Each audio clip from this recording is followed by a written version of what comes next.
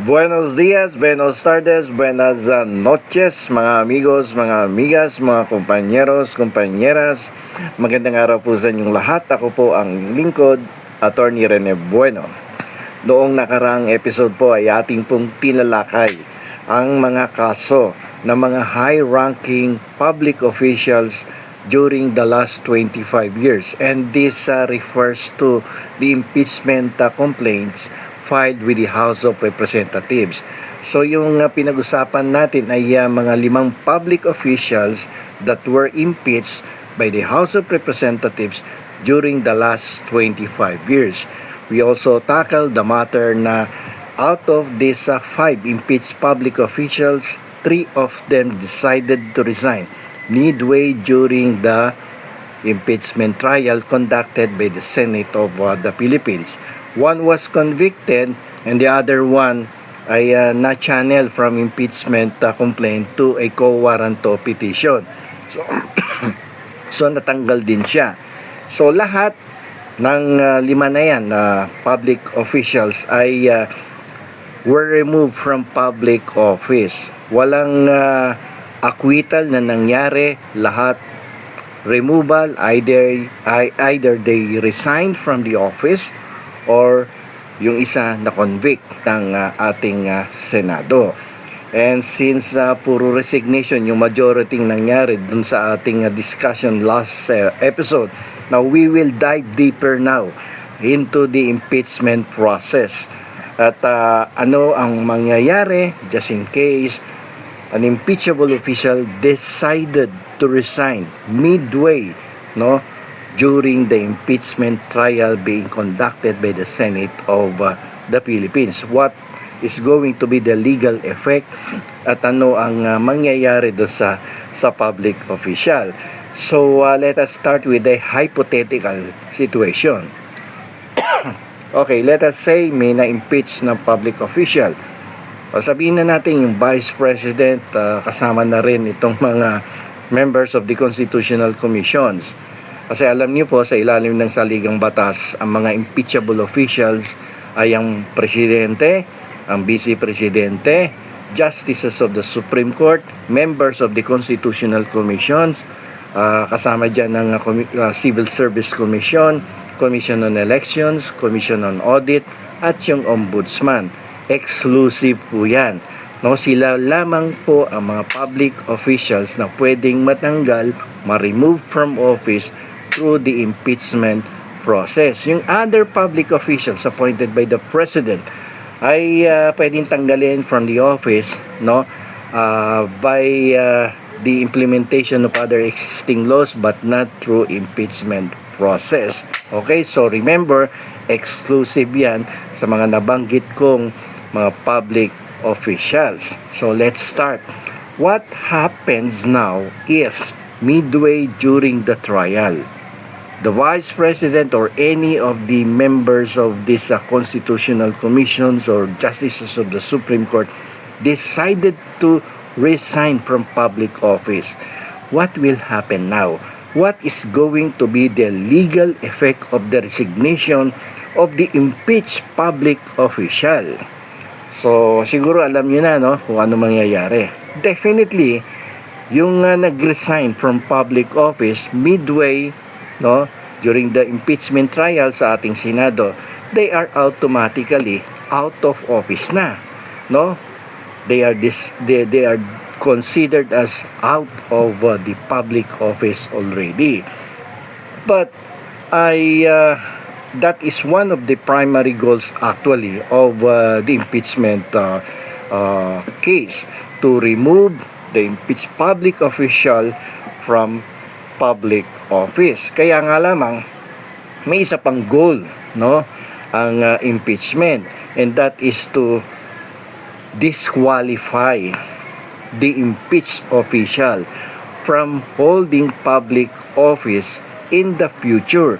Perpetual disqualification yan. Ibig sabihin ng perpetual disqualification ay in the future hindi na siya pwedeng bumalik sa opisina sa gobyerno. Either ipa-appoint mo yan sa presidente o kaya ay tumakbo yan sa isang eleksyon, kahit ma-elect yan. then the impeached official, convicted official is already prevented from holding public office.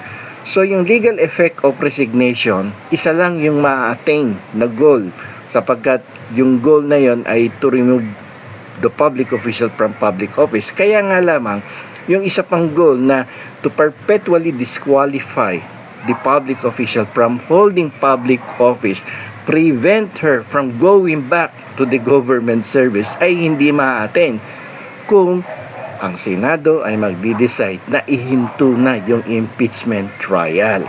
So, kasi kapag dito sa tinalakay natin noong nakaraang episode, yung sa kaso ni Merceditas Gutierrez, sa kaso ni Andres Bautista ng chairman ng COMELEC, sa kaso ni former Joseph Ejercito Estrada, na lahat sila nag-resign, no, during the impeachment trial. So, kaya nga lamang, ang Senado during that time decided not to proceed with the impeachment trial, and they did not render any decision of conviction or acquittal dun sa mga public official na na-impeach na yon. So, that is why si Joseph Ejercito Estrada, nung nag-resign niya, nakabalik pa yun. He even ran for the office of the president noong 2010. Muntik pa ang manalo. Kung dinala na iglesia, hindi mananalo si Noynoy Aquino during that time.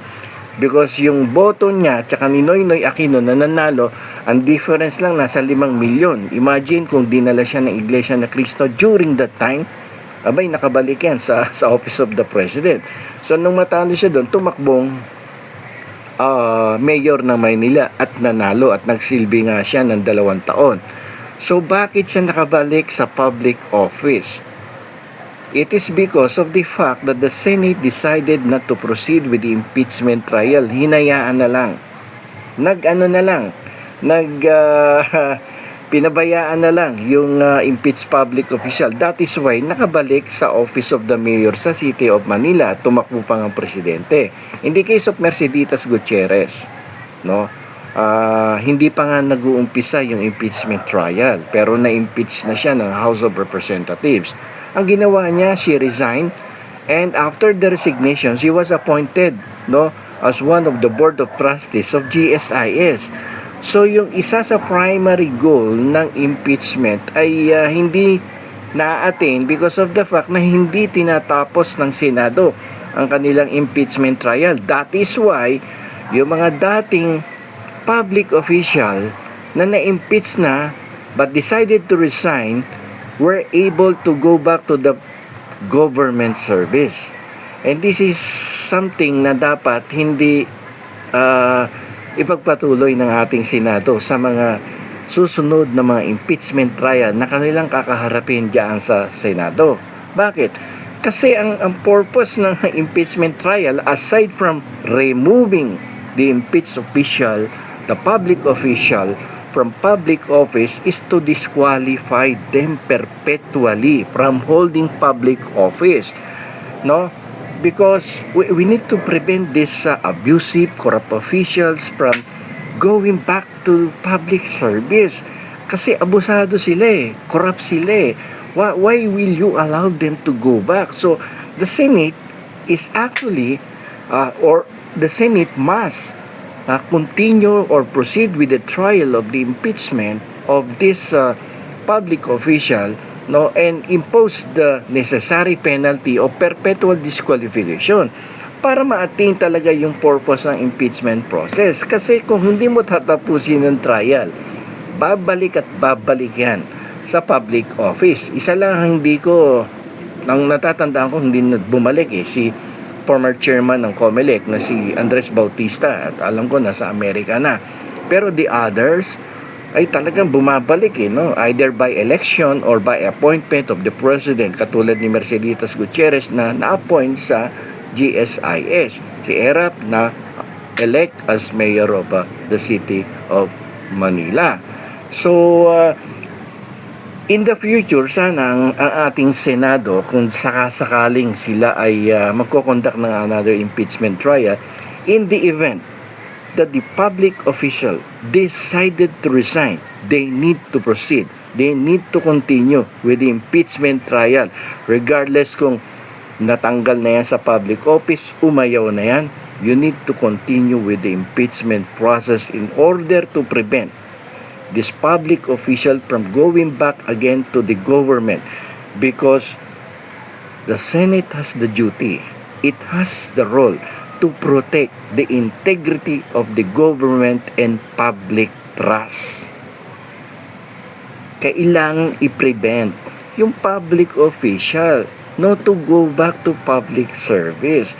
Public officials which are deemed considered by the House of Representatives, kaya nga in-impeach as very abusive, corrupt official, and they should not be given any opportunity na to serve, allegedly to serve the people, pero hindi naman nagseserve ng interest for the people. Interest lang nila binibigyan nila ng proteksyon, at binibigyan ang interest nila ay talagang payamanin lamang ang kanilang mga sarili, no?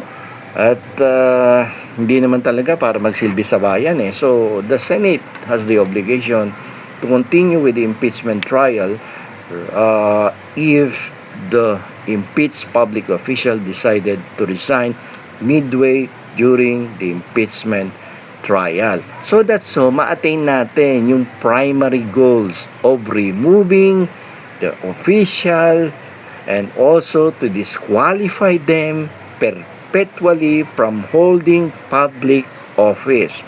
Although it is not provided for under the Constitution that the Senate must continue with the impeachment process after the resignation of the impeached public official, but it has the moral obligation. I-continue mo. So that's so, makuha mo talaga yung primary goal of disqualifying an abusive and corrupt official from holding public office in the future. Wag nang pabalikin kasi nagkakalat lang sa ating gobyerno, and you need to protect the integrity of the government and the public trust. Yan po ang aking masasabi, just in case there will be another impeachment trial and the impeached public official decided to resign in order to protect his or her interest at nagbalak pang tumakbo yan. Even though na mag-resign yan, the Senate must proceed with the impeachment process and impose the penalty of perpetual disqualification to prevent these abusive and corrupt officials from going back to public office. Okay? So hanggang dito na lamang po. Ito po ang inyong lingkod, Attorney Rene Bueno.